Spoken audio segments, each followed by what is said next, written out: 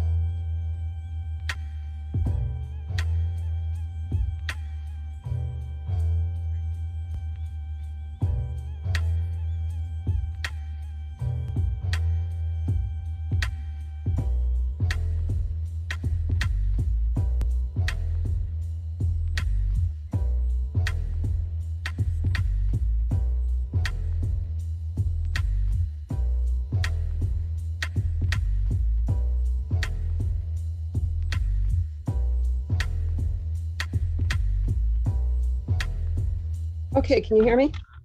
Yep. I hear Okay, you good. fine. Welcome and good afternoon, everyone. And we're so excited that we're able to join us this evening.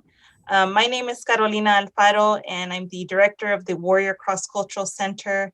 And on behalf of the Warrior Cross Cultural Center in our campus, and on behalf of Professor Tristan Cotton, we want to welcome you to today's discussion called American Fascism with our guest speaker, Brynn Tannehill. We are so excited that you could join us. Before we get started, we just want to do a brief, I'm trying to plug my keyboard in. just a brief Have one USB outlet. a reminder that we want to ask you all just to please help us by muting yourselves, but we're going to leave some time and opportunity for everyone to participate and ask questions and be able to use the chat function, be able to use the feature where you can, acknowledge whether you want to, just do a clap or a emoji. Feel free to do that in between. Before we get started, I want to make sure that we take just a brief moment to acknowledge that we, as a campus at Stanislaus State, sit on the traditional lands of the Yokut peoples. Here, there are many wonderful communities that are made up and being part of the Natotomy tribe, who have been caretakers for these lands for centuries. And so we want to just take a brief moment to acknowledge that we are grateful and we show gratitude for the years of protection and the years of service for this land. We also want to take a brief moment to acknowledge that this is Women's History Month. And we are doing so by acknowledging that it's also Her Story Month, and which is why we're excited to share her stories through various discussions, through that really enrich and bring to life the narratives and the experiences that many women face and have faced for centuries. And so with that said, I'm going to pass it over to my colleague, Professor Cotton, who will then introduce our guest speaker for today.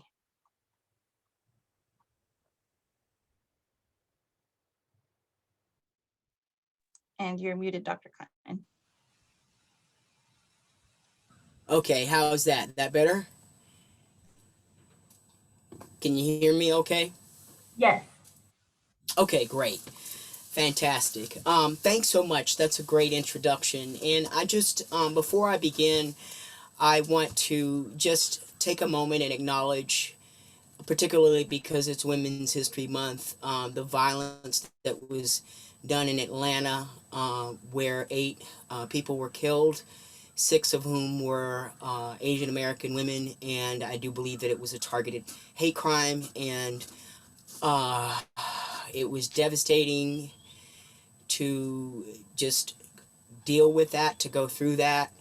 I grew up in Atlanta, and I just want to acknowledge the hardship to those families and to those women, and the fact that we still are struggling to this day to be counted for women, and particularly women of color and trans women, to be counted as human beings and not mowed down in a massacre. So I just want to take that moment and say that. Now, so, and I think tonight, when Ms. Tannehill talks about her analysis of what we have been dealing with for the past 6 or 7 years, but ultimately in a broader stroke, the last 70 years or so, I'm hoping that everyone will come away with a broader political and social understanding of why these kinds of things are happening, why Atlanta happened, why January 6th happened at the Capitol. So I'm going to say a little bit about, to introduce Ms. Tannehill, whom I've actually known in the trans community, in a context outside the academy. And we met several years ago. I think that she's one of the most brilliant people I've ever met, and that's saying a lot. I've met some very smart people, but I've never, in this particular subject, I've never met anyone who could bring together so much disparate information and put it in a language and a framework for the everyday average layperson to understand. So having said that, let me say a little bit about her so that you can understand maybe why I love this book so much and why it's incredible. Ms. Tannehill wears a number of different career hats over the course of her lifetime. She served 16 years in the military and flew naval helicopters and patrol aircraft and did really sort of exciting things that I've always wanted to do in my life, but was too afraid. And she flew some very important missions in the Middle East and in the North Atlantic and in Kosovo. And while she was in the military, she attended the U.S. Naval Academy and the Air Force Institute of Technology. And those are 2 very difficult schools to get into. And it was there where she earned advanced degrees in computer science and operations research, and learned how to do statistical projection models of political economy. And after she left active duty, though, she always, I think, had her heart and her mind in that place. And so she went on and took up a job in the defense field.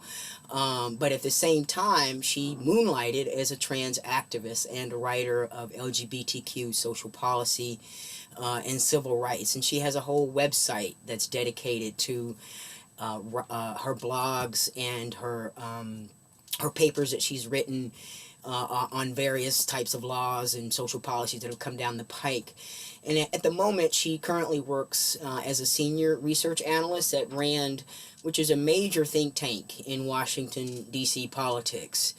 I think it's also important to point out, particularly for our discussion and her talk, that Ms. Tannehill has she's a bit of an erudite. I would say that she's an erudite of fascism and authoritarianism, particularly in the 20th century. She wrote her master's thesis, one of her master's theses, on the fall of the Weimar Republic and the rise of Nazism. And she spent many years studying law, religion, psychology, sociology, politics, all of the things that you need to sort of understand to get a good handle on what these movements are about.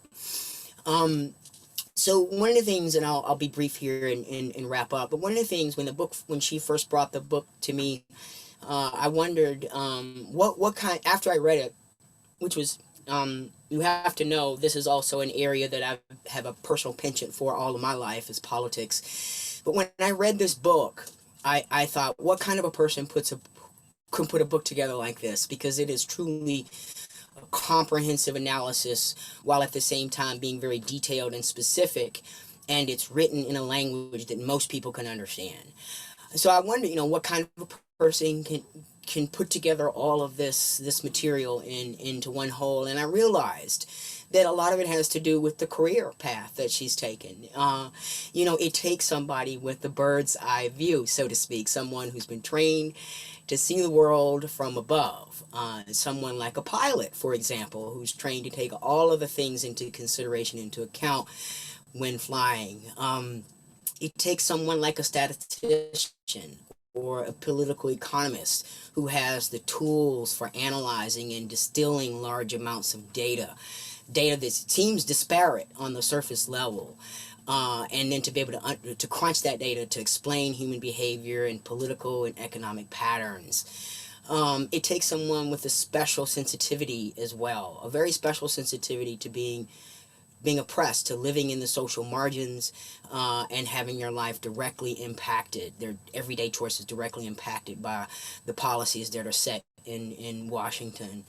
And I think for me, as a Black academic, I feel like this one is particularly important.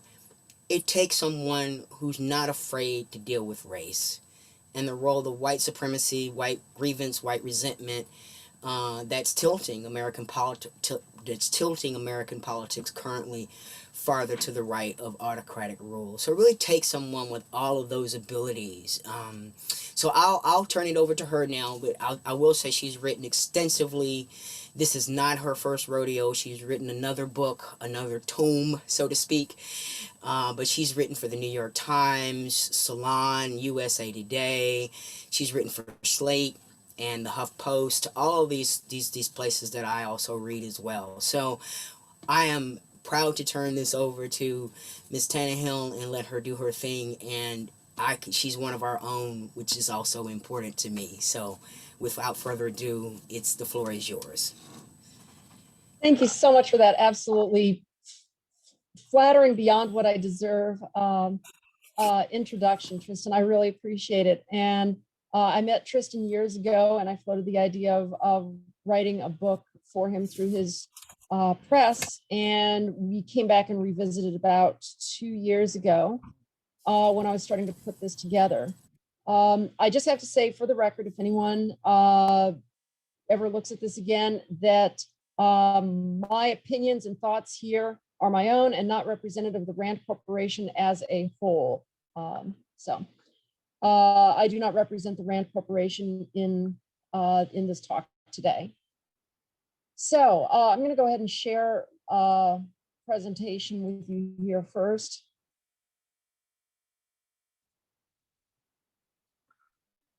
So we've already talked a little bit about this. I wrote Everything You Ever Wanted to Know About Trans that got released in 2018. Previously, I'd written a lot about trans civil rights, gender politics, and looking at how trans people are treated within society, where we're going, what the threats were, medical, psychological issues that trans people face, and trying to produce kind of a book for everybody to be able to understand trans people. However, in 2016, we saw starting in 2016,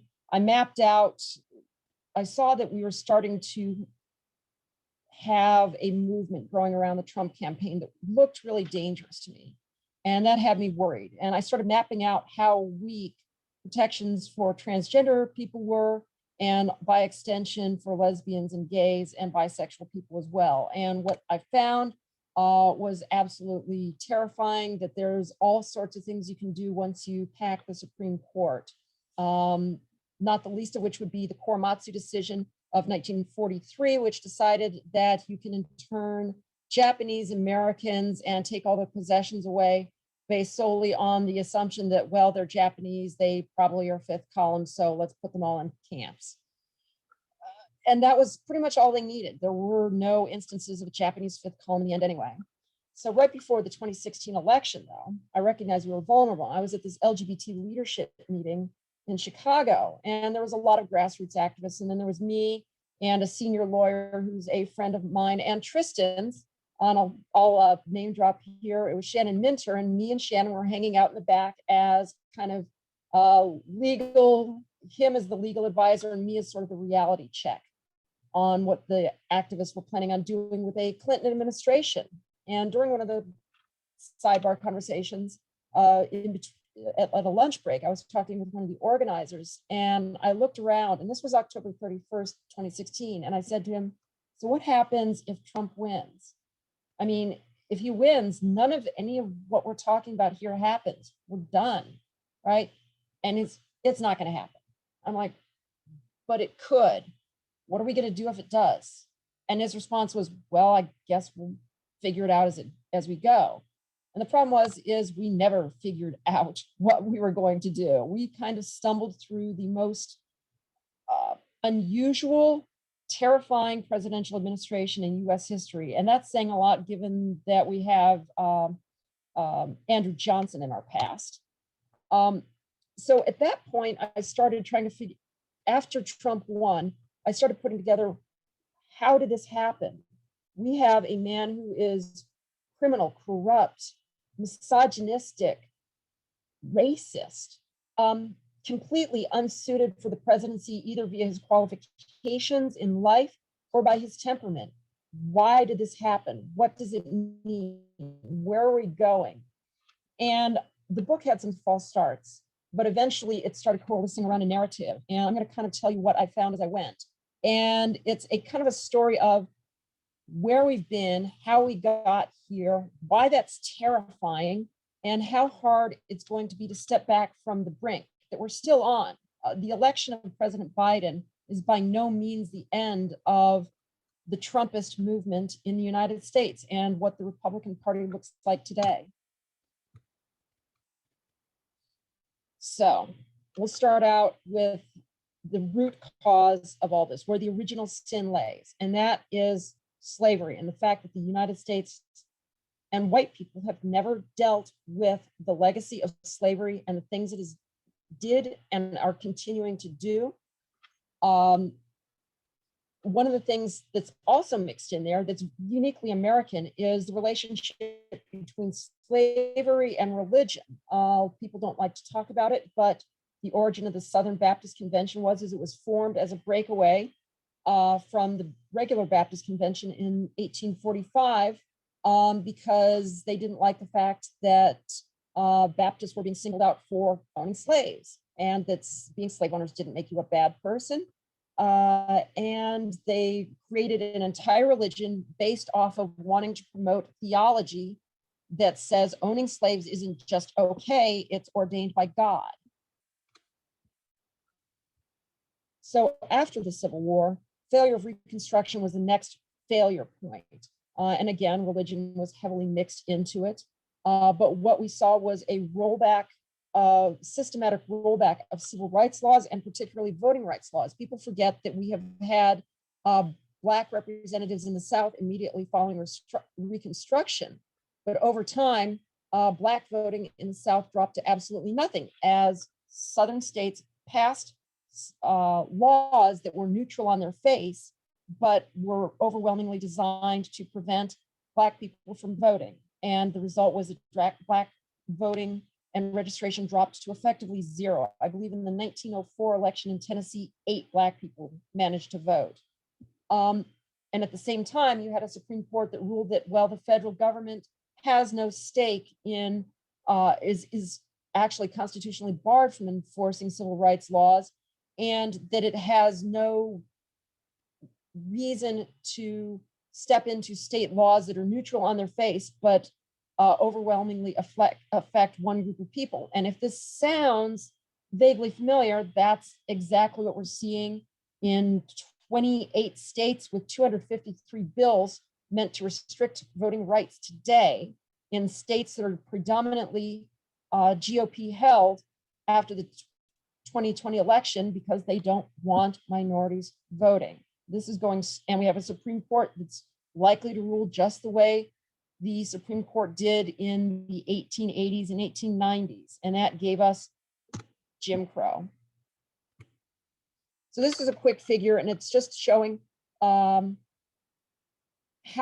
voting by Black people in the South and Louisiana dropped to effectively nothing after the institution of the grandfather clause, which said that basically you had to pass a literacy test, but if your grandfather could vote, you can vote. Obviously, former slaves couldn't vote. Then they instituted a poll tax.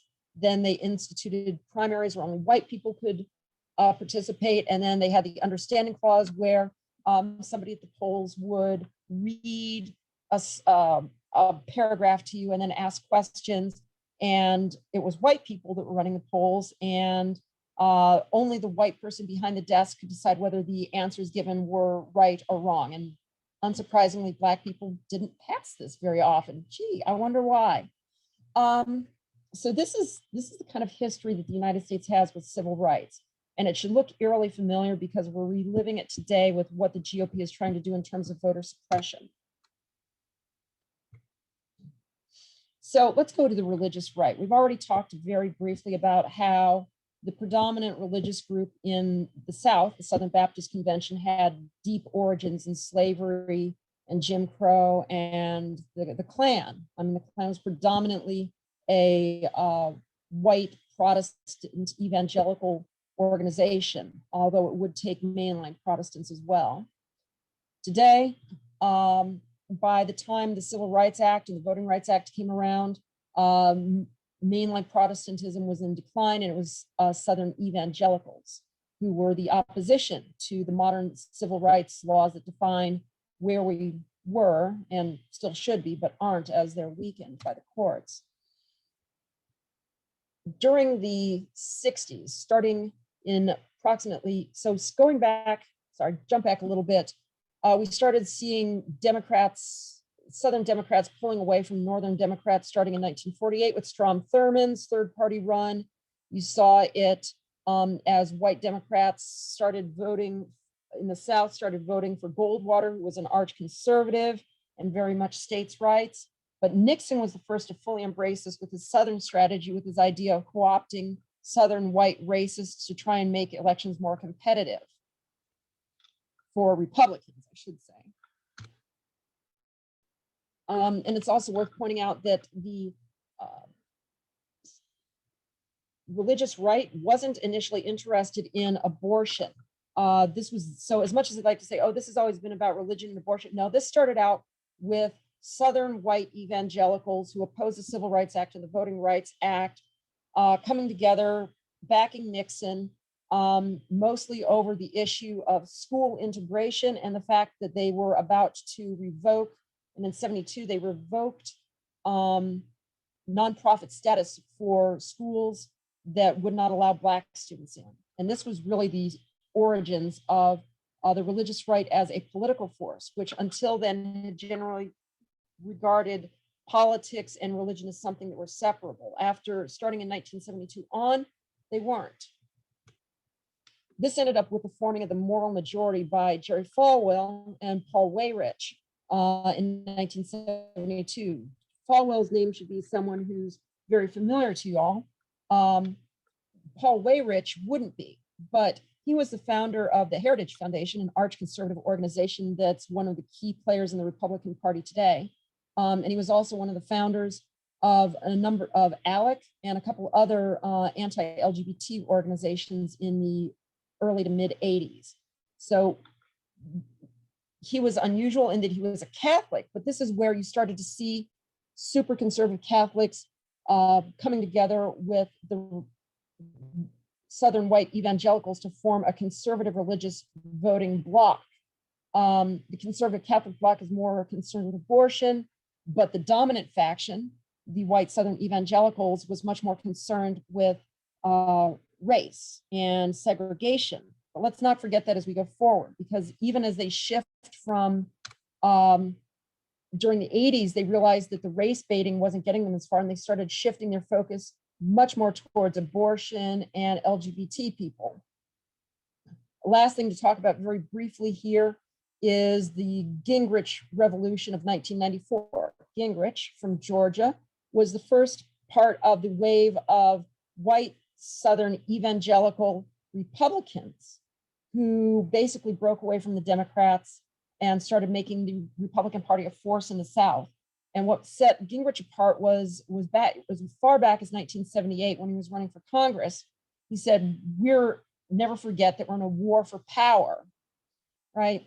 And the meaning of that is that he regarded power at any costs as being the primary goal of white Southern evangelicals, Republicans like himself, and that they want to gain power in the United States, regardless of democracy, regardless of tactics. It's about winning, not about what's right, not about what's good for the country. It's about his side winning. And that means no negotiation, no compromise, no nothing.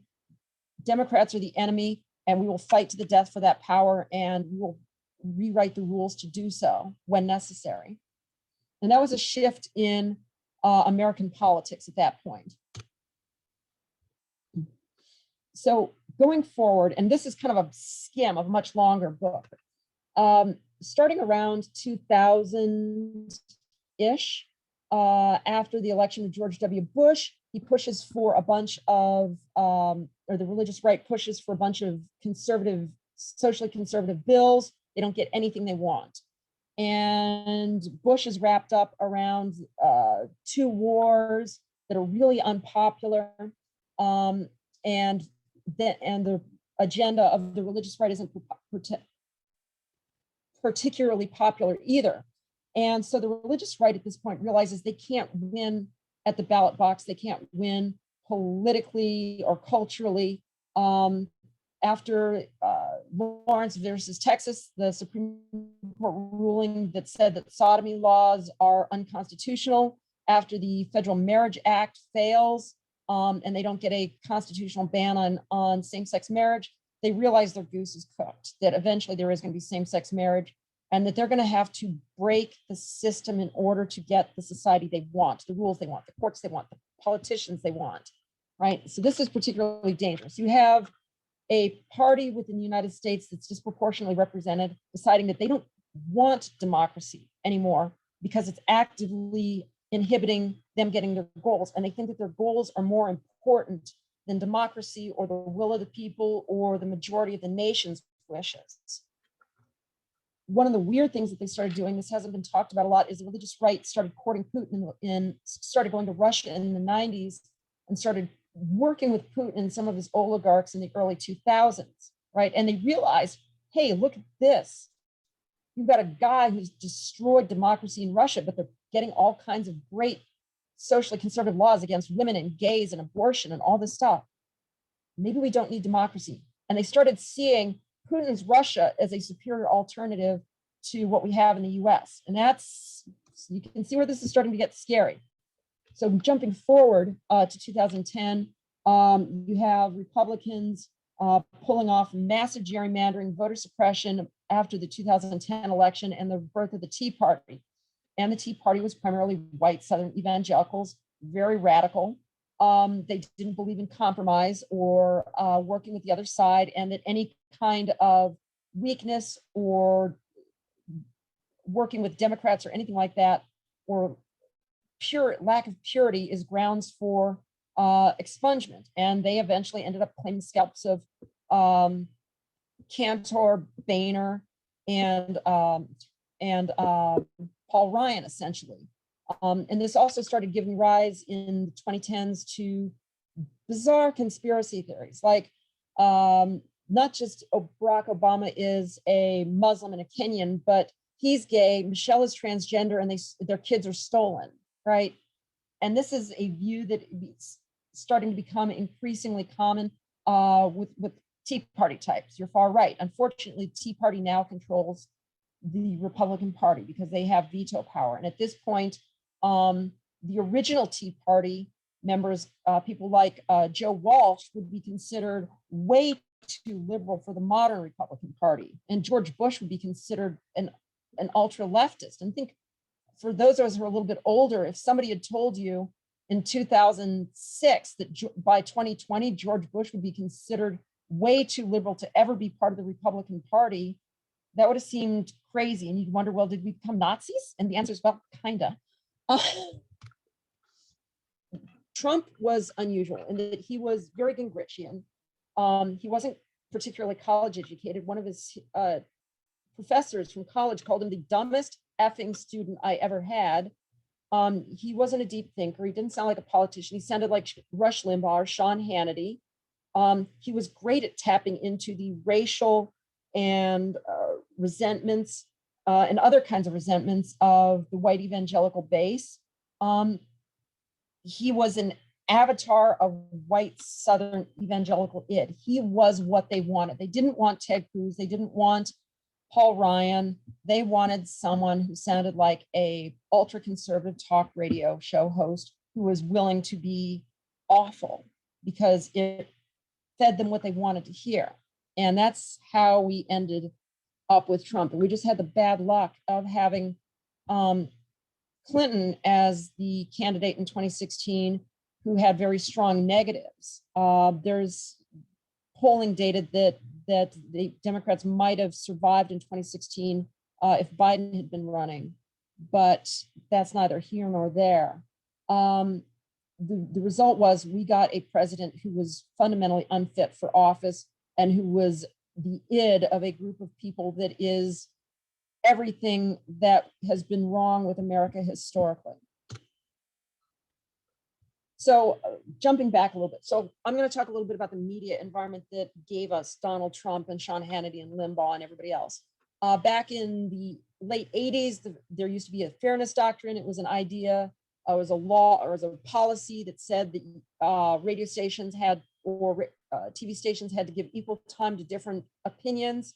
They ended that, and then that's when Rush Limbaugh came along, and they loved, conservative audiences loved the fact that he was just over the top and bellicose and rude and nasty, and mocked everybody and made fun of people dying of AIDS.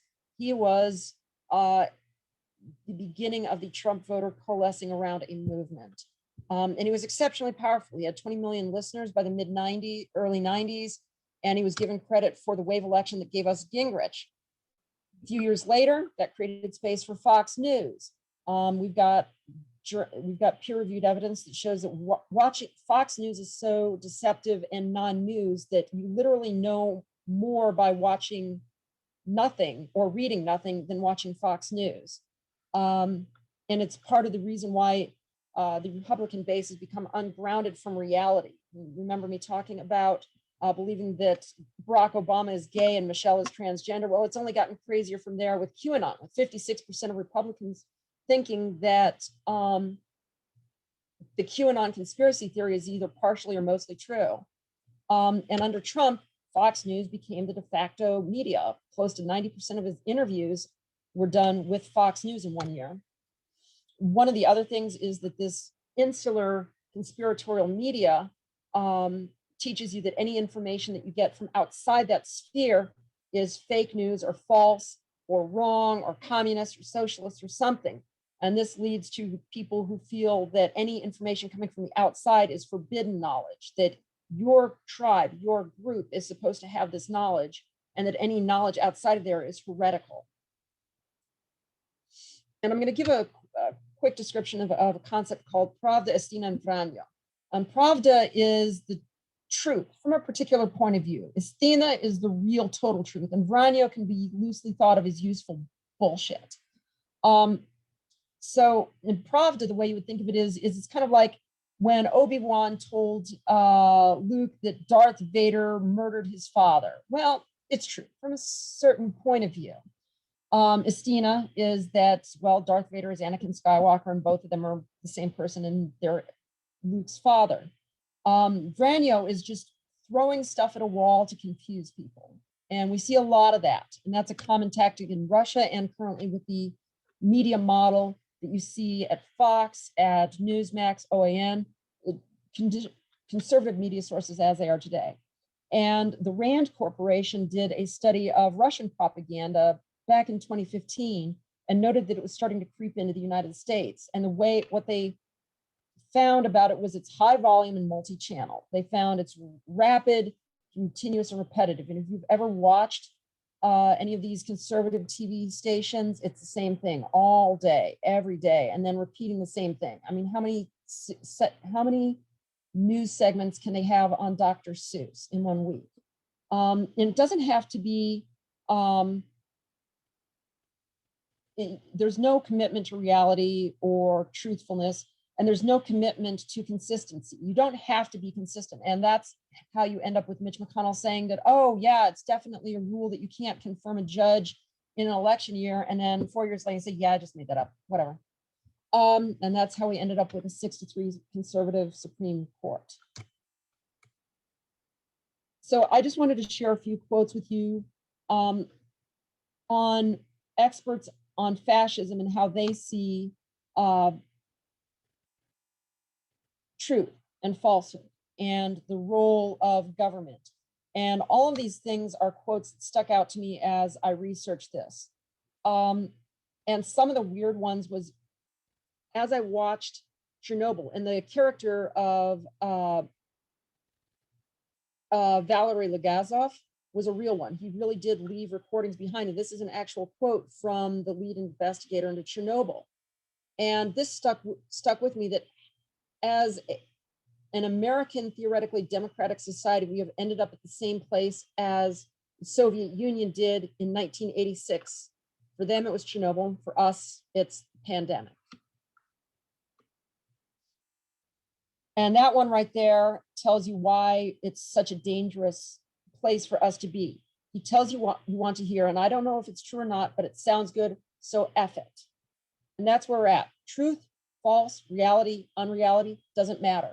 It's what they want to hear.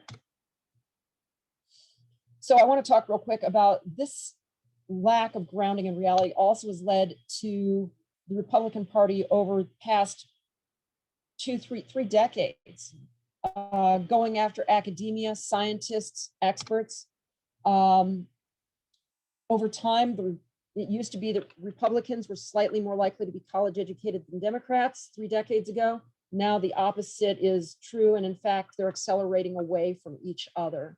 Democrats are becoming more and more likely to attend college, while Republicans overwhelmingly believe that colleges are bad for society, that learning is bad for society, even that critical thinking skills. Texas banned the teaching of critical thinking skills in 2012.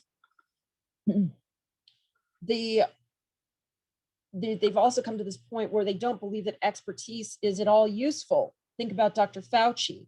What's much more important is people than the truth or knowledge or expertise or experience.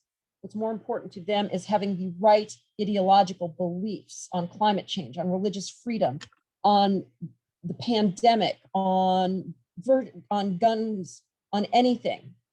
Ideology will get you to the right answers, they believe, rather than any kind of training or expertise or anything else. And the other thing is that this belief that expertise is useless and that government is bad is they have decided to destroy their own agencies, Housing and Urban Development, Department of Education, the Post Office.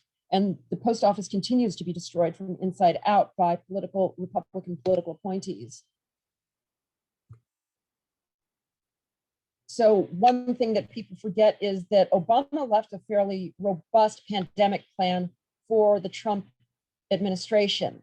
And literally they stepped into the White House and they threw it out and nobody was ever able to find it again. And there's experts that have looked at that and said, if we had followed that plan, we would have handled the pandemic a lot better and hundreds of thousands of people probably would not have died. And that's the price of ignorance and the price of disbelieving experts and the price of trying to establish your own truths for ideological purposes. So I just bring this up real quick because I found it both horrific and funny in the saddest sort of way, is that close to 60% of Trump voters in 2016, when asked if the United States should bomb Agrabah, the fictional nation from Disney's Aladdin, 60% of Trump voters said, yes, we should bomb Agrabah. When asked if schools should teach Arabic numerals, which are, by the way, the numbers that we use already, 72% of Republicans said that we should ban the teaching of Arabic numerals in schools.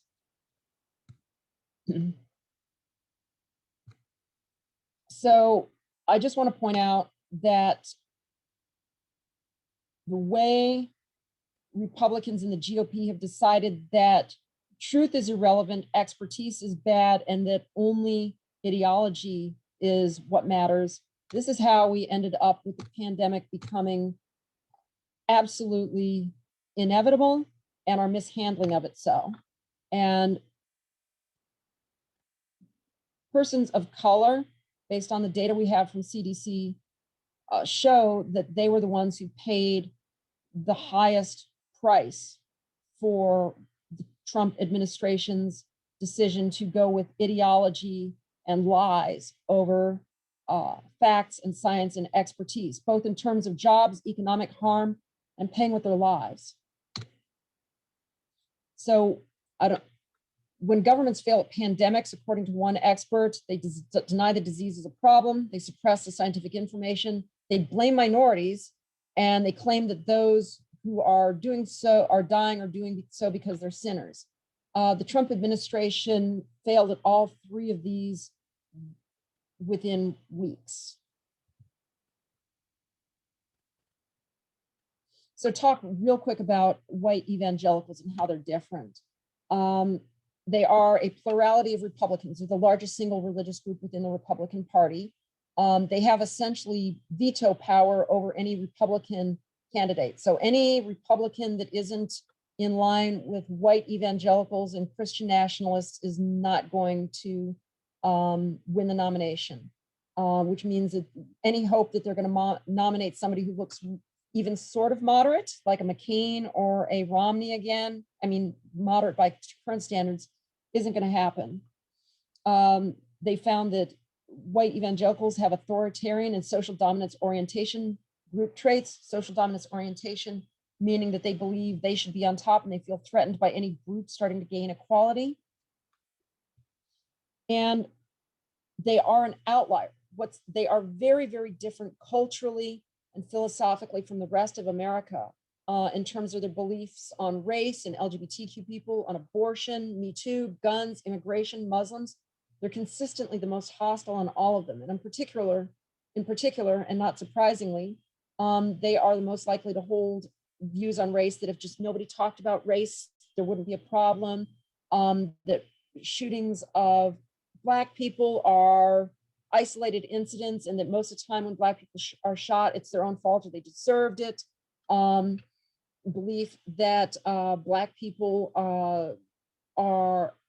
suffer from poverty because they're lazy and just need to pull themselves up by their bootstraps.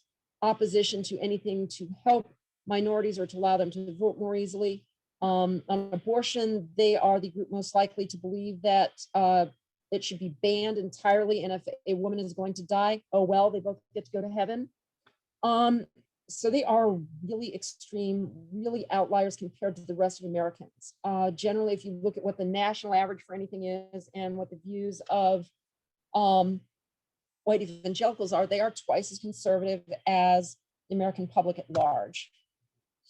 And they have been working actively with a plan to install judges and legislatures to eliminate the separation of church and state. They want their brand of Christianity to be the de facto state religion, and to have religious freedom as a trump card in any kind of civil rights, to essentially say, well, I can discriminate against women or Jews or Blacks or Asians or anyone else because my religion says it's okay.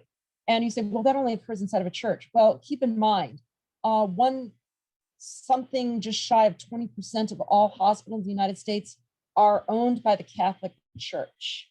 And then you have another substantial portion that is owned by the Baptist Church.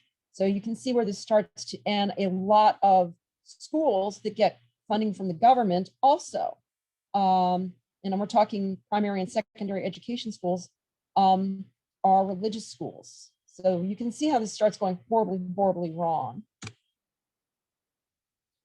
Talk real quick about wealth inequality, because and one thing to point out here is that part of the sin of slavery and our lack of commitment to civil rights over the decades is that economic outcomes for people of color are still very, very much worse than they are for white people. And the actions being taken by the GOP only exacerbate this. However, things are getting worse generation by generation. What the odds of someone ending up better off than their parents financially has been dropping year after year after year after year. And we have reached the point where somebody that's part of the millennial generation has a less than 50-50 shot of being better off than their parents. And the trend continues. It's going to be maybe a 4 in 10 shot for Gen Z, right? So the American dream's dying financially. And it's in great part due to Republican trickle-down style economics that assumes that if you give all the money to the rich people, somehow it will reach everybody else through job creation or whatever. And we know it doesn't. So during the pandemic, billionaires in the United States ended up with an additional $1.3 trillion in wealth. When other people are, the only reason they're not homeless is because the government has stopped evictions on federally backed mortgages. Social mobility is dropping, right? High wealth inequality is associated with all kinds of things we're seeing in America today, including lower life expectancy, higher incarcerations, more drug use, increased homicide, lower educational performance, and less democratic governance, right? Our government is becoming less democratic. And that is based off of the research into the effects of wealth inequality, absolutely to be expected. And it's also worth pointing out, so here we can see that as time goes by, the rich are having a bigger and bigger slice of income in the United States. Right now, the top 10% earns over 50% of the income in the United States. And if you combine the top 3 billionaires in the United States this year, they earn more than the bottom 40% of the United States combined. And this is another chart showing showing how wealth inequality reduces social mobility, right? So the more unequal a country is, the farther it is to the right, and how much social mobility is, which is, in other words, how well you're able to move between social strata during your life, you can see that there's a clear correlation between higher wealth inequality and less social mobility. And this is just a chart showing that, yes, we are dropping below millennials having a 50-50 chance of being better off than their parents, which is another sign that social mobility is dropping. And that's a very, very bad thing, because if work is no longer correlated with any sort of outcome in your life, that leads to frustration and resentment and people wondering, if the system doesn't provide for me and there's nothing I can do to change the system, and there's nothing I can do to make my life better, why are we keeping the system? And that's why we believe, social scientists believe, that there is wealth inequality leads to instability or oligarchy, right? We have one set of researchers at Yale that found out by one set of measures, the US is no longer democratic because there's no connection between what the people want and what happens legislatively, but there is a connection between what the richest people in America want and what they get legislatively, even if what they want legislatively is deeply unpopular. Another set of economists and political scientists saw 3 threats in massive wealth inequality: unequal power, where the rich have most of the power, where the rich have what the rich want diverges from what society needs, right? I want my 3rd gold-plated yacht, and what society needs is less homelessness. Well, guess which one happens? It's the 3rd yacht, right? And the elite, the rich, fear what happens if the public can vote and actually has a say in government. And that's really bad, because what happens? Well, they decide that democracy is a danger to them, and they will stomp it out.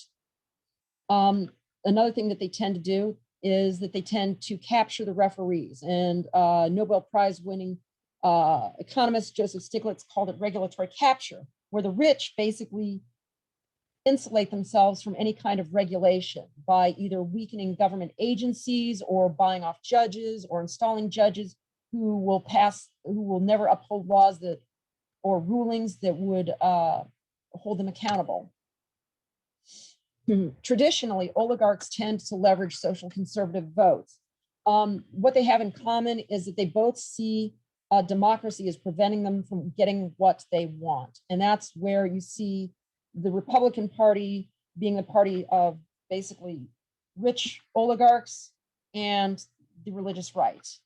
And they've kind of formed this unholy alliance that really doesn't see any value in democracy, but sees great value for themselves in destroying it. And I just include this Simpsons cartoon of Montgomery Burns as a lad ramming a Irishman with his bumper car. And Montgomery Burns is an old man laughing and laughing and laughing for days. And then recalling that, yes, oh, wait, what was I laughing at? Oh, yes, that crippled Irishman. Well, he crippled that Irishman. And it's just kind of an illustration of a lot of the dangers of the rich being different from you and I, in that they get to do what's good for what Montgomery Burns wants, i.e. hitting him with a bumper car until his legs break, isn't really what the man in the bowler hat needs, which is a pair of legs that work.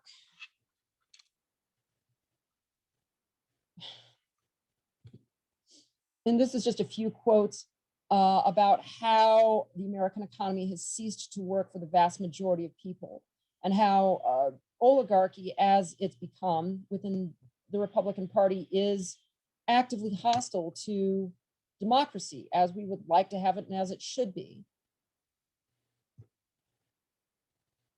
And I'm bringing up this last quote by Hannah Arendt, and I had another one of her quotes earlier. Hannah Arendt was a German Jewish scholar who fled Germany in 1934 and wrote about totalitarianism, fascism, Nazism, and the Holocaust after the war from 1950 on through the Adolf Eichmann trials.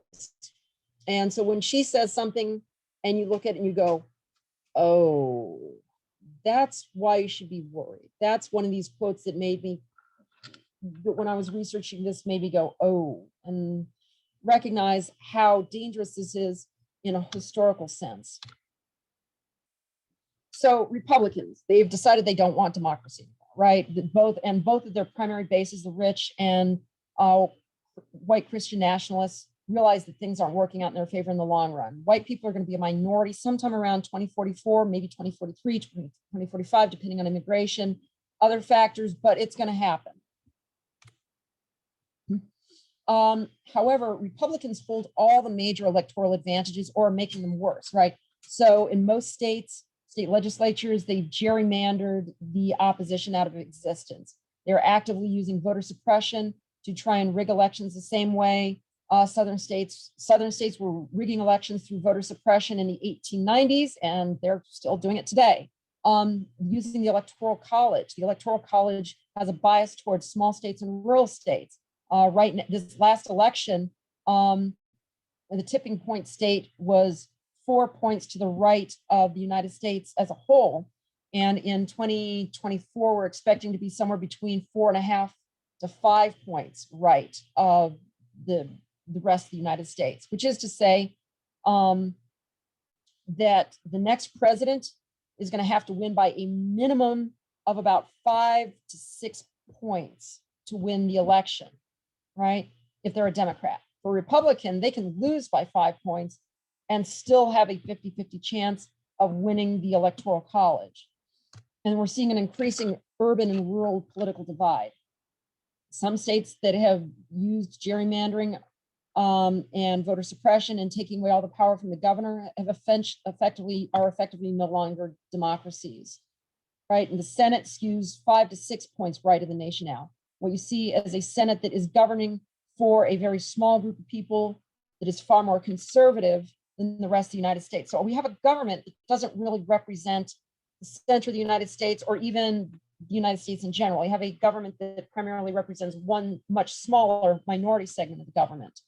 And that minority doesn't have a particularly wonderful history with civil rights or anything else. So right now there's 43 states, 253 bills after the election, and almost all of them are meant to suppress votes in order to help Republicans win going forward. There's been studies that have shown that just about all the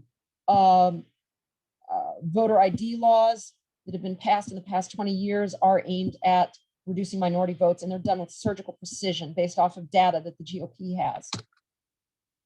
And what makes it worse is, just like the 1880s and 1890s, the Supreme Court's going to uphold them. They're already sending out strong signs that this is their plan to let these things get through, and well, things will sort themselves out eventually. And maybe when Democrats win an election by 25 points, if that ever happens, then they can change the rules again. So this is one of the things that I wish I could tell more white people, is that you're no longer living in a democracy because the elections you're participating in can no longer yield political change.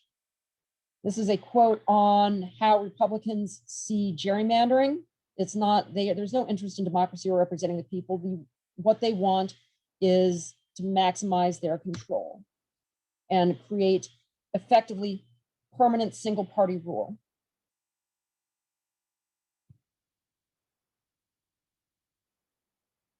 And Abraham Lincoln actually had something to say about this, as did former President, the former speechwriter for President Bush. And there was a recognition by some Republicans, former Republicans now, that their party has gone over the edge. And one other quote is, if coming out of Arizona, is that they said, oh no, we don't want less people to vote. We want more quality votes. Well, quality votes means votes by white people and more wealthy people, not by poor people or persons of color. So I'm going to talk about fascism, and I'm going quickly here. When I looked at fascism, I looked at a bunch of different historians and scholars and saw what they thought were the most common characteristics. Broadly, it's a form of right-wing populism.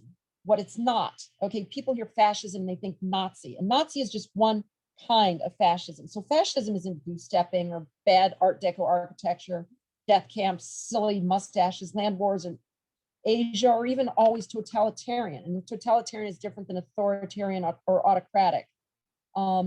Fascist, and the other thing is that fascist movements look different in every country that they spring up in, because they reflect the wants, desires, and cultures of the right-wing populist base of that country. So American fascism is going to look one particular way, and German fascism is going to look one particular way, and Hungarian fascism is going to reflect the culture that it came from.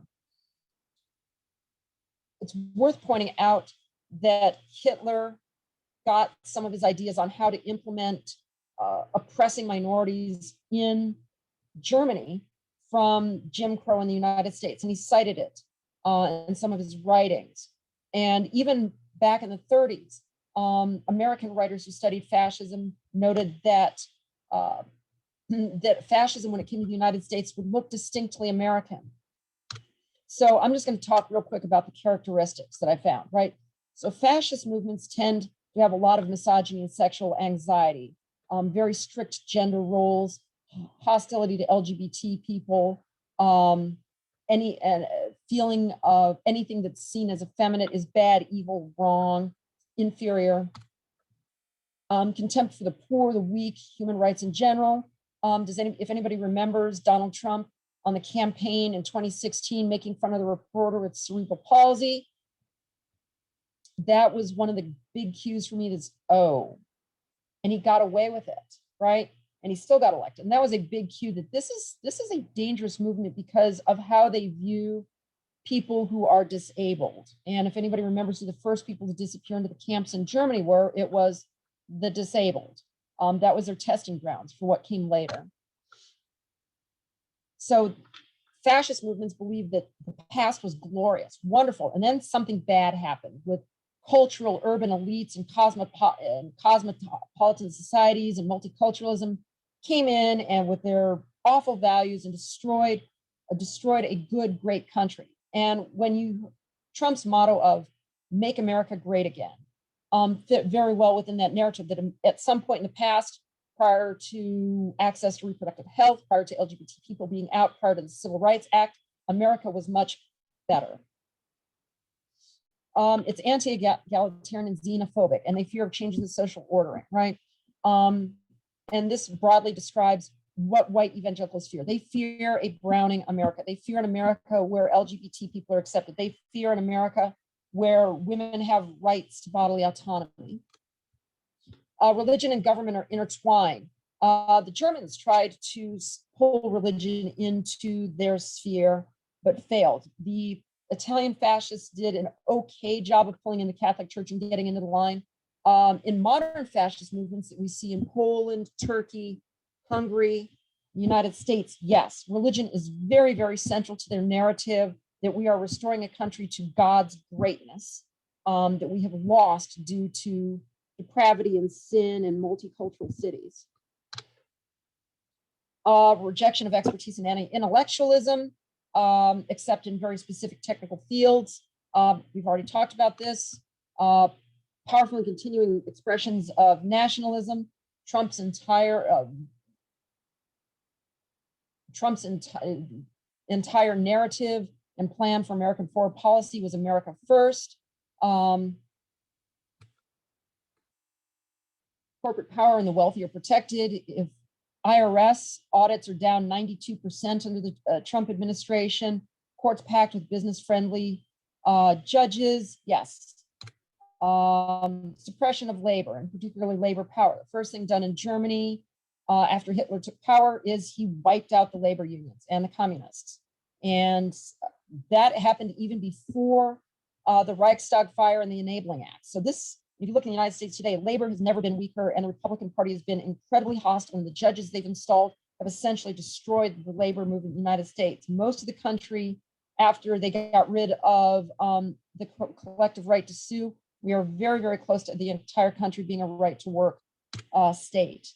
Anti-urbanism and agrarianism, this is tied in with the fall into the depravity.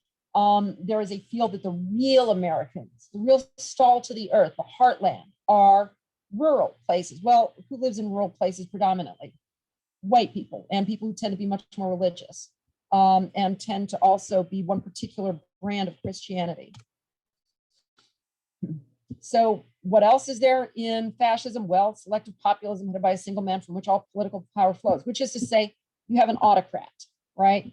And that all political power in that society comes from him, whether it's Hitler or Mussolini or Duda in Poland or Orban in Hungary, or Republicans going to kiss the ring and earn Trump's blessings still in Mar-a-Lago, even though he's out of office. This is one of the things that I worry about as a trans person. Enemies of the people, of the state, are both weak and strong. There are people who are pathetic and disgusting and wretched and gross, but at the same time, they're so powerful that they can destroy the nation. And the Germans use that with the Jews.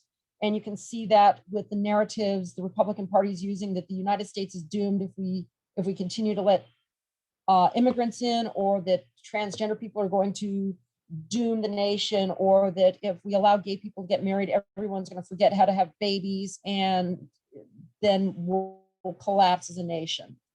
So these people are gross and disgusting and low, but somehow they have enough power to destroy the country that they want. Okay. Finally, lots of conspiracies, lots of propaganda that people buy into, and you end up with people that don't live in the same, that don't live in a state of reality. So is Trumpism fascism? Yes. Is Trump fascist? Well, I might have dithered on this a little bit before the January 6th insurrection, but the answer is yes, absolutely. He's an authoritarian and he's willing to overturn democracy. Would he call himself a fascist? No, but he fits the definition. Is the GOP fascist? I would say that they are willing to tolerate or push forward fascism to achieve their aims. They're not, there's a few of them left that still aren't willing to go that extra step to overthrow the government. But 2/3 of the House of Representatives, Republicans in the House of Representatives, voted to overturn the US election, which was both free and fair, according to all international observers. Are we a fascist country? Well, yes and no. The vast majority of Americans are not fascists, but it's also worth remembering that Hitler came to power after winning only 31.4% of the vote in the 1933 election. So keeping in mind that only 25.8% of Americans voted for Trump in 2016, that's not a good sign. So it depends how you define what a fascist country is. One thing that makes me really scared is that two different philosophers on fascism have pointed out very similar things, that that there's an eternal war with fascism. They always need an enemy, and that they're always going to need scapegoats, and that conflict is always necessary to unify people. And if they don't have one, they're going to manufacture it. We see that with Dr. Seuss and Mr. Potato Head and transgender athletes who don't even exist in most states, right? You need an enemy just to keep people angry and pointed in one direction. But what happens but there's never a good enough point. They must have that conflict to keep driving their people forward and motivated and supporting them. Well, what happens when they reach that point of, well, we got everything we wanted, what's the next step? Well, there's always a next step. And the next step is always more vicious and always nastier, right? And that's how that was kind of the progression that you saw in the lead up to World War II in Germany for minority populations, is that it was always the next thing and the next thing and the next thing would protect us from those people. And as a trans person, I don't trust them to ever stop if they gain permanent power. So we're just going to talk real quick about authoritarian behavior. And this is from Levitsky and Zablat's book, How Democracies Die.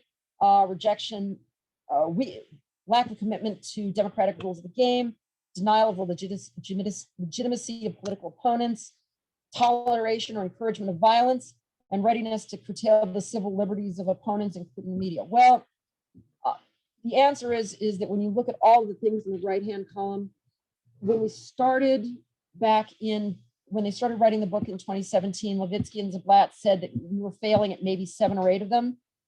2 years later, clearly we were failing at all 15 or 16 of the things they cited as signs of authoritarianism. So what protects us from authoritarianism? Well, there's hard guardrails, but these fall very, very quickly. And the thing I will say is that anything is constitutional if the Supreme Court says it's constitutional. And if you've put all 9 judges on the Supreme Court, or put 6 judges on the Supreme Court that are all handpicked to give you exactly what you want, anything is constitutional. Soft guardrails are kind of informal rules. They're norms within a society and within a government. Do you treat your opponents as colleagues, or do you treat them as enemies to be wiped out politically and potentially literally? Institutional forbearance, which is basically, do we all agree that we're going to play the rules this way? And it's like playground basketball, that everybody kind of has accepted rules of, how are we going to call fouls? What do shots count for? What does a three-pointer count for? But when you suddenly when opponents start playing by different rules and exploiting the gaps in the rules, like delivering hard fouls and it's not a foul unless the person calls it, well, then you start to see things break. And this leads to what the modern form of fascism that we see most commonly after the Cold War. It's called competitive authoritarianism. And the idea behind competitive authoritarianism is you don't need totalitarian governments where every move is watched. There's no secret police and gulags. You just need to win 1 or 2 elections, change the rules, capture the referees, and make sure that you never, ever lose elections again, even though you still have them.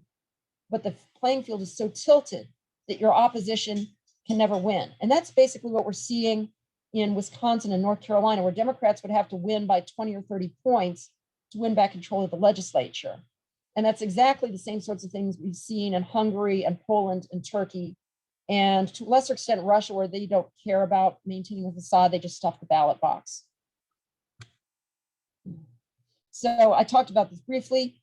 Democracies become competitive autocracies when they capture the referees, by sidelining key players, and by rewriting the rules. And sidelining key players in the United States, basically the Republican Party turned everybody in the Republican Party into sycophants for Trump, or they left, right? So before the 2016 election, lots of Republicans that have lots of nasty things to say about Donald Trump. Now, all perfectly beholden to him. There's a project out there called the VDEM project being done out of Sweden. And it's got a massive database using experts from around the world. And it's concluded, looking at countries that are descending into competitive authoritarianism, that only 20% of countries that have fallen as far as the United States recover. And this is just a quick graph showing how there is the GOP commitment to democracy has fallen off of a cliff since 2010. It wasn't great before, but now it's really on the same plane as Europe's worst authoritarian regimes, which I'm going to point out that these regimes, the first thing they do when they come to power is they ban abortion, they ban legal recognition of trans people, they ban same-sex marriage, they reinstitute sodomy laws, they institute no pro homo laws, they ban and destroy gender studies programs, right? This is what they go after. And these are fascist, modern fascist regimes. And what we're seeing in the United States is, think of how often the GOP goes after wokeness or political correctness as kind of buzzwords for the things that they hate in academia and in society that they regard as effeminate, weak, or womanly, right? So this should be worrying because, and their hatred of colleges and universities and belief that they're bad for society feeds into this.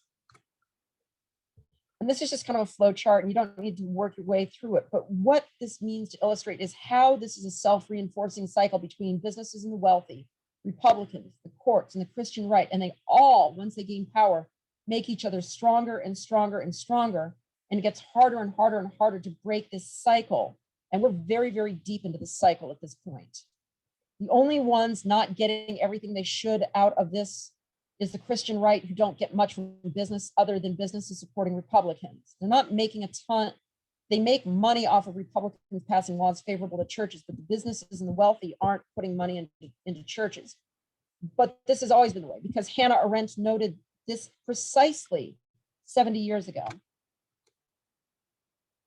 So what can we do? And I love this tale from Aesop's Fables, and I'll paraphrase it, which once there's a bunch of mice and they were getting eaten by a cat, and so they called a meeting, and all the mice wanted to decide how to not get eaten by the cat. And one young mouse stood up and said, well, why don't we put a bell on the cat? And an old mouse stood up and said, well, that's a very, very good idea, but who's going to put the bell on the cat?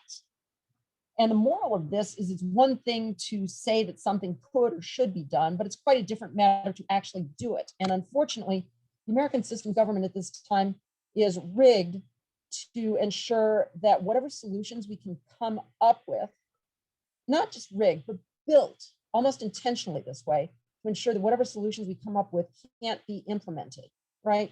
And this chart is a flow chart that basically, you notice how many fails there are on there. Any given solution to the problems I've talked about has to make it through this flow chart to one of the two bubbles that say success. And you have to either have bipartisan support, but Republicans are never going to support anything that makes them weaker. You're going to have to control all three branches of Congress, but that's very hard because of the tilt in the Electoral College and non-proportional representation in the Senate. You've got to get past the filibuster, which we're struggling with now. And then whatever you pass has got to survive at the Supreme Court that Republicans already passed. Or you've got to pass an amendment to the Constitution, but because there's so many deep red rural Republican states, we're never going to get an amendment that solves our problems or makes this Republican stranglehold on power, minority power, weaker. So implementing solutions is going to be very, very tough. And right now, overcoming the filibuster is crucial to our survival as a democracy. Unless we pass the For the People Act and the John Lewis Voting Rights Act, it's likely that Republicans are going to continue the direction they're going. The coup attempt on January 6th was a sign of things to come. The Republican base is no longer committed to democracy, even if it requires violence. Trump and Trumpism are going to continue to dominate the GOP, and we see that going on now. All the factors that made Trump and January 6th possible remain and are going to continue to remain. You still got the media, you still got the courts, you still got the wealth inequality, you still got the base that's highly religious and out of touch with reality, and very angry, and has a social dominance orientation. Making the changes we need to is almost impossible unless we eliminate the filibuster, and even then it's only going to squeak through. At a minimum, as I mentioned, we need to pass the John Lewis Voting Rights Act and the For the People Act to make elections more democratic and ensure that Republicans can't rig the system into ensuring that they have permanent minority party rule. And there needs to be prosecutions of members of the Trump administration who committed crimes as a warning and a caution to anyone who attempts fascism and to tear down the American government again. Unfortunately, right now, the odds of either of these aren't looking very good. So Republicans, what they learned from January 6th is that they just need better state legislators to approve overturning the election, or they need better legislators in the House and Senate to say yes to overturning the election and ensuring that Republicans can never lose a presidential election again. I think it's a lot more likely to succeed, given that Republicans are working very, very hard to suppress the vote the way the South did during Jim Crow. People are getting even more radicalized. You're getting even crazier news sources. They're going to learn from their first attempt. Trump is working very hard to ensure that Republicans will support him next time or the next autocrat. They've laid the groundwork via the courts, and the courts are issuing rulings. They're going to make it easier next time or to suppress voting. And there's expected to be a continued decline in commitment to democracy as the few Republicans that didn't vote for installing competitive autocracy in the United States get forced out of office for being insufficiently pure. Where's that leave us? Well, either we pass HR 1 and HR 4, or almost certainly we end up with one of two things. We descend into hopeless Russian Hungarian apathy where nothing can ever change and nobody ever believes it will be. There's a Russian axiom that kind of captures this that I love and hate at the same time: is today is an average day. Worse than yesterday, but better than tomorrow. And that's where we don't want to end up. The other one is, and if we explode, if things explode, Republicans have shown that they're more than happy to give people in pickup trucks the right to mow down protesters in the streets with the grill of their pickup truck, and it's not murder. So they are willing to kill their way out of this, and that's bad. Having been in Iraq and Afghanistan, you can't kill your way out of a unpopular. Yeah, it does not work out well. The other one is if this ends up in a situation where the people of the United States no longer have any say in their government at the federal level, and in many cases at the state level, despite being the vast majority, and the federal government is doing horrible things to people in blue states. Trump made it, and Kushner made it very clear that people in blue states deserve to die of the pandemic because they didn't vote for Trump. At some point, blue states may have to decide that it is better to no longer be a part of the union, or to no longer participate in the federal government, or recognize the legitimacy of the federal government, than it is to remain and allow their people to be brutalized by a federal government that is hostile to most of the people in the state. So with that absolutely chilling note, I'll go ahead and open it up to questions.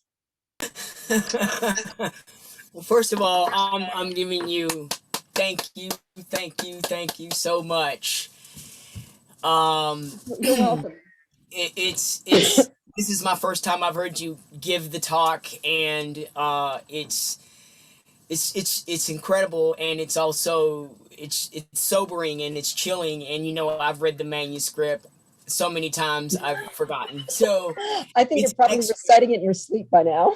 It's an extra treat to have it delivered as a lecture.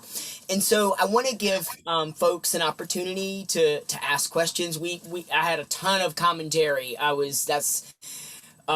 People are very excited about the things that you were saying and chiming in on the chat. So I want to open that up and give folks an opportunity to ask questions if they'd like. I think I can do that. If you would type that into the chat box, folks, that would be great.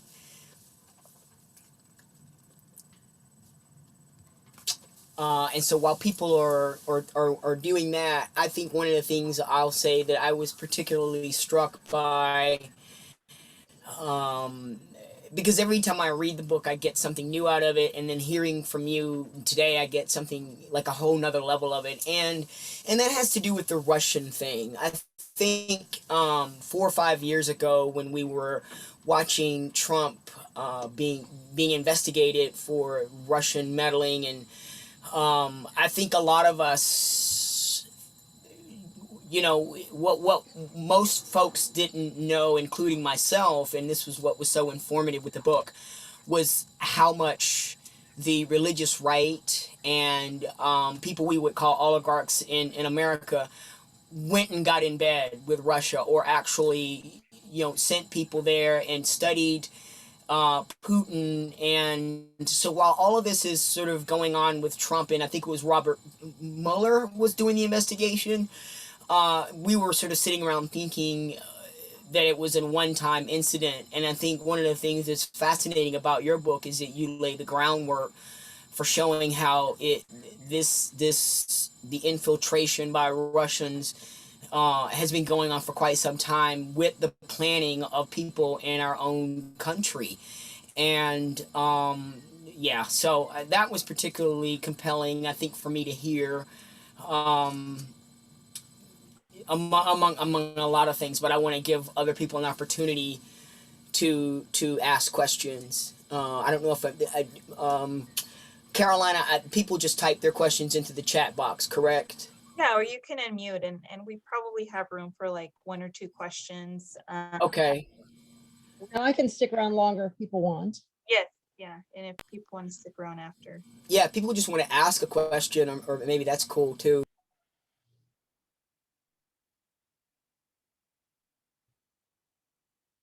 So just to talk about Russia while I'm waiting for a question, there is ongoing coordination between the Russian Orthodox Church, Russian oligarchs who support the Russian Church, and the Putin government that wants to spread Russian influence as sort of the defender of Christianity in Europe. They coordinate through the World Congress of Families and other organizations, but primarily that one, with American Christian right organizations, including the Alliance Defending Freedom, including Family Research Council, particularly including Focus on the Family. The Mormon Church used to be a key player in this. They coordinate with European Christian right organizations like Citizen Go to basically strategize, share resources, and maximize their effectiveness. And we've seen ADF being very, very active in Poland, Hungary, and the United Kingdom as a result of this coordination. Mm-hmm. Yeah, and I think too, I think where we sort of see ourselves now, particularly with the January 6th riot, it wasn't, you know, you can call it an insurrection, it was just a straight up riot,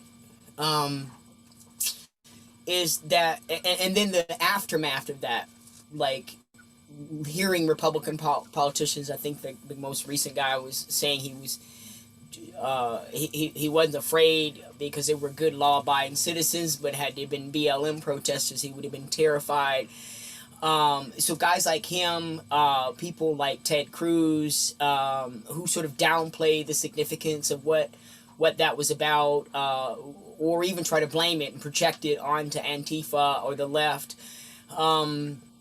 There's a way in which we can look at this moment where we are now, and then what you're telling us about the groundwork that's been laid, that has been laid down many years earlier, that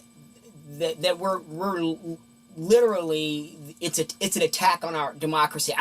I guess I'm having a hard time sort of articulating what I'm saying, but we now know that it's sort of out in the open now. For example, it's kind of clear. It's I even have some people I have debates with I've known for a very long time who are actually saying things like, well, maybe a democracy isn't the best form of government for a people, and it's really sort of shocking to hear people question a democracy like ours, and even entertain the possibility that there is some that totalitarian rule or autocracy of some sort is more preferable. And in some of my conversations I had, and these are right-wing people, so these are Republicans and people who are on the right, and then I asked them a question, sort of my questions usually sort of, well, would you feel like that if Obama was still president? So if you want a autocracy, are you cool with it being a left winger? No, they're not at all cool about that. And so their answers very much reflect what you were saying sort of earlier about halfway through your presentation, is that it's just about winning. It's about, for people, about about grabbing power, and there's a thing that you mentioned in the book about put it is that the part of the goal or the effort isn't always sort of something concrete or a reward, as much as it's just the thought that my guy is in power and he's hurting those people that I hate, and that's why I voted for him, or this sort of notion of the end all goal is to just really just destroy communities of people that you don't like. Yeah. Well, I do want to honor people's times, but I also want to make sure that if you have questions, feel free to still stay on. Ms. Tannehill is willing to answer questions. Somebody posted a great question. Can I field yes. this one question? Yes. So this is from Megan Jordan. You cite Frank Decoder's work on 20th century dictatorships. He argues that the days of dictatorships in the style of Mao, Stalin, and Hitler in the past that were now faced with challenge de-democratization movements. Thoughts? Yes, absolutely agree. This is kind of the basis for Levitsky and Wei's book on competitive autocracy.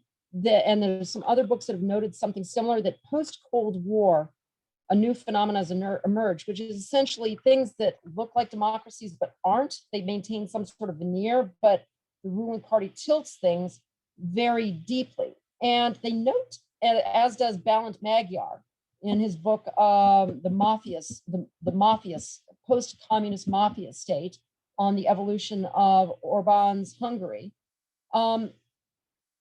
that there is sort of an economy of force. Why have a secret police and gulags and spying and camps and re-education camps and putting valuable engineers in, giving them a cigarette and a blindfold, when you can simply marginalize everybody to the point where nothing they do matters? And if they get to be too much of a problem, you police rough them up, throw them in a jail cell for 12 to 72 hours, but you don't need to spend money or effort on keeping the population down, because these artificial elections keep a sliver of false hope alive, which prevents the outbreaks of anti-government activity from getting too big.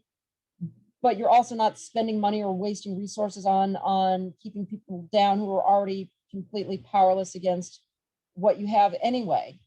So yes, I believe that those are mostly in the past, and that the kind of de-democratization we're seeing now in the United States and Hungary, Turkey, Russia is typical of the way that's much more typical now, and I foresee it continuing to be much more typical.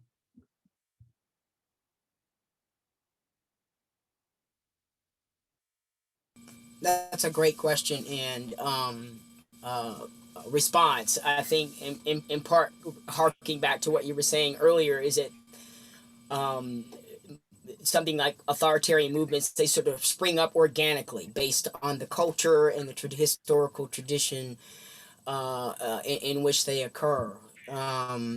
It Yeah, it's thank you again. Can you okay, someone says thank you. Yeah, share my screen. You want to see the screen? I can do that. Absolutely.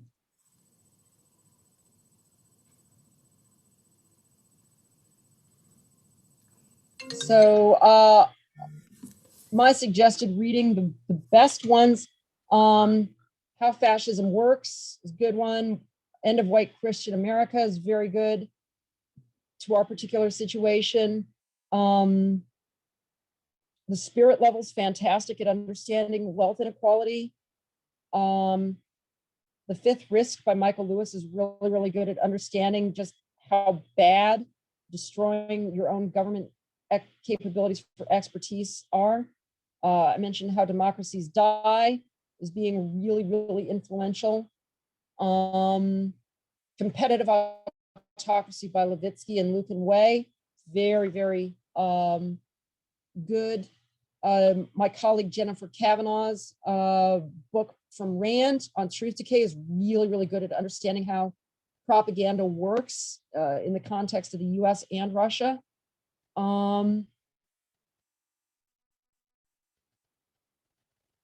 Let me see.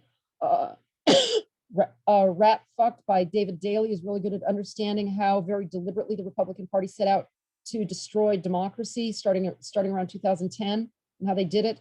Unholy by Sarah Posner is fantastic at explaining the origins of the Christian right and how they deliberately linked up with Russia and how Russia kind of gave them the idea that, hey, we can get the kind of society we want where religion dictates law and rule, but we can do it without democracy. That sounds really cool.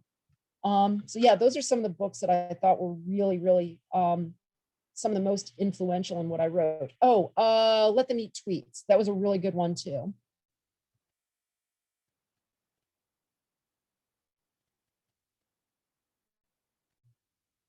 So I can't see the chat block now. Is there anything else that people want to?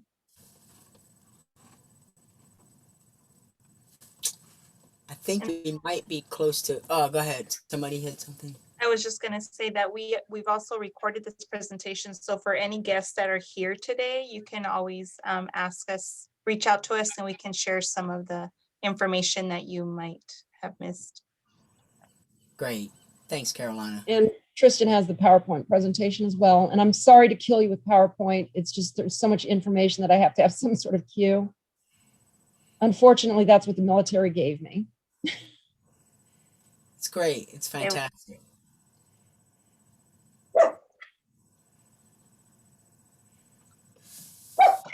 There's no other questions.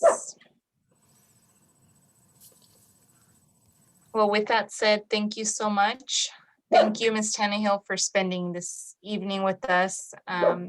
We appreciate your time. We appreciate your knowledge so much. I think you left everyone wanting to reflect and learn more. And I know for sure that there's a lot of, conversation starters for many of us that we'll have, moving forward. So thank you all for attending. We appreciate your time. Have a wonderful rest of your evening. Thank you very much. And thank you, Carolina and Andrea, for setting this all up. I was so grateful to be able to share Brynn's book and just very appreciative of that. So thank you so much for doing all this. Absolutely. Okay. I wanted to share, if we can stay on just for a sec at the end. Absolutely.